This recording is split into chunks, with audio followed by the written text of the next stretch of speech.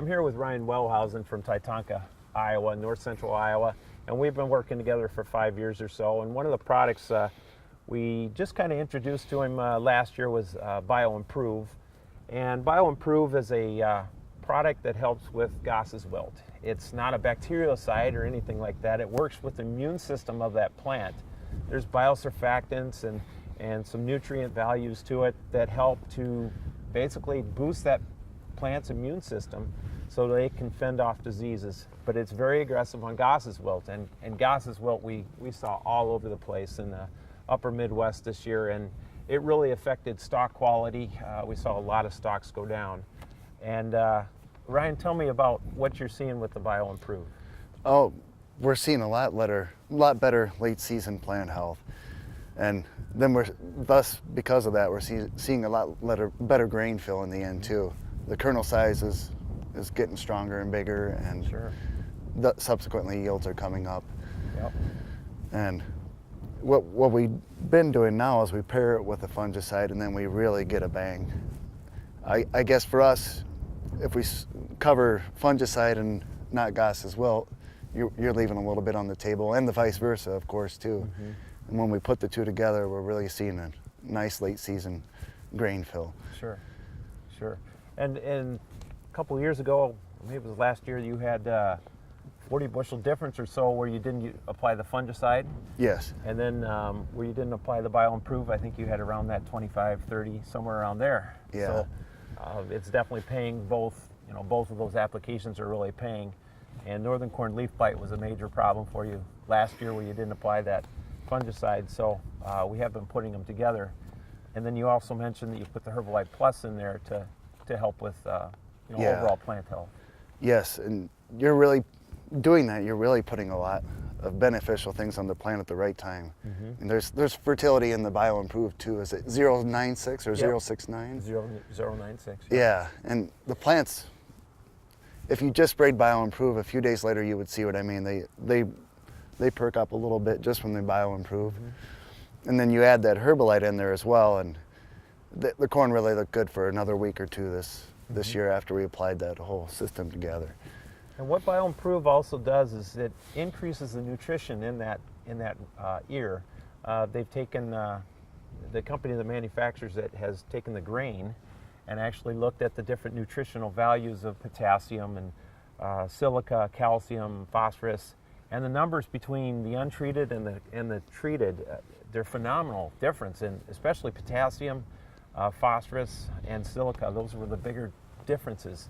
And by increasing that nutritional value in that grain, that's exactly what you were talking about, having more depth on the kernels. It makes a big difference on test weight as well. I think you had 58-pound test weight corn or something like that this year is what you were telling me. Yeah, test weights have generally come up. It was not uncommon for us to have 54 pounds corn 4 or 5 years ago. Oh, wow. Very frustrating, and Mm-hmm. now we never see that anymore. It's 57, 58s, there's some 59s. Hopefully we'll see some 60s again. When I was a kid, we did all the time. Sure. That's a rare phenomenon now. Right. And one other thing you mentioned, most of the corn you raise is conventional corn. Yes, I've been working with that for 3 or 4 years now, and a lot of companies now offer a hybrid, traded, and conventional, and many different options with the traded part. Mm-hmm. And I've done side-by-sides.